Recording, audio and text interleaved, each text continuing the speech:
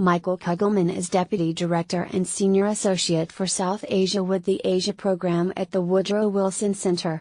The views expressed here are his own. The decision to dispatch troops was prompt, and the public reaction in America was mostly positive. There was a sense of inevitability. The United States had experienced the deadliest ever terrorist attack on its soil.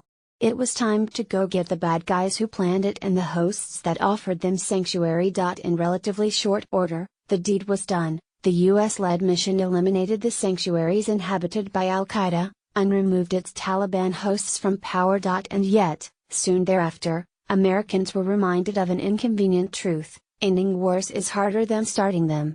This was a bitter lesson from Vietnam, and one that would later resurface in Iraq. Indeed, ever since Washington's immediate objectives were achieved in Afghanistan, it has struggled badly to explain why U.S. troops continue to fight and die in a faraway land. This struggle to articulate a strategy has taken on added urgency, as the Taliban insurgency has gained more steam.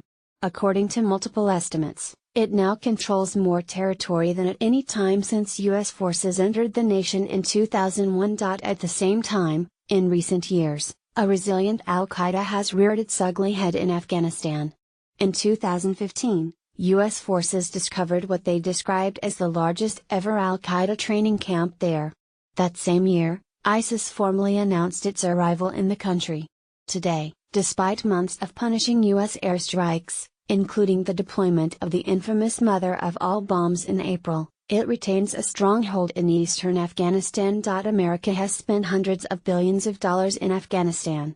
More than 2,400 American soldiers, and more than 31,000 Afghan civilians, have died in the war. And yet the sobering reality is that despite this immense sacrifice in lives and resources, the chief gains from the war's early years have effectively been reversed. It's not just on the security front where U.S. efforts have fallen far short. For years, Washington has attempted to rein in Afghanistan's drug trade, which helps fund the Taliban insurgency. First, the poppy fields were sprayed with pesticides. Then came the quest to establish alternative livelihood programs for farmers. The result? Opium harvests have set new records in recent years. Then there's the Afghan economy.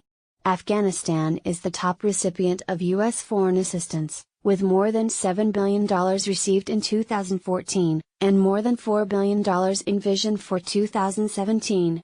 And yet the country's GDP growth rate plummeted from more than 14% in 2012, to just 1.5% in 2015. The Afghan economy has yet to recover from the departure of foreign combat troops in 2014, which shattered a war economy that had produced a fragile veneer of fiscal stability. All of this helps explain why the conflict in Afghanistan has morphed from an inevitable war to an invisible war.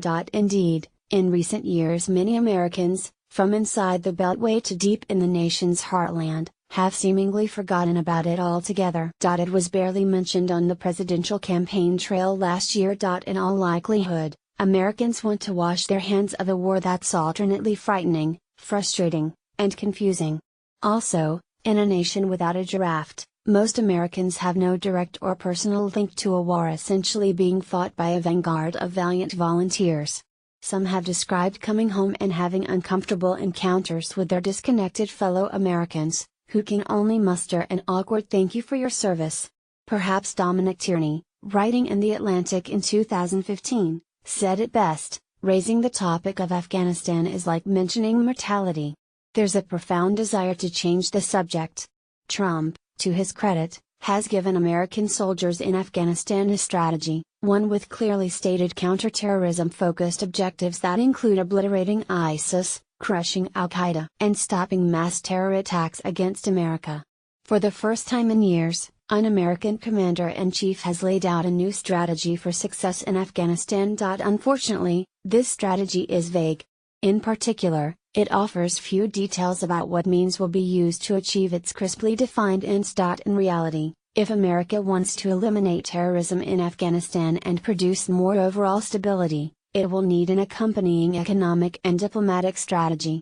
It will also need help from friends like India, but also from troublesome states like Pakistan and Iran. None of this will be easy. So don't expect American fortunes in Afghanistan to improve. In all likelihood, The United States will have to endure a difficult new era in an unending war. And, with the war already having receded from the headlines since Trump unveiled his new strategy, expect the silence to be deafening.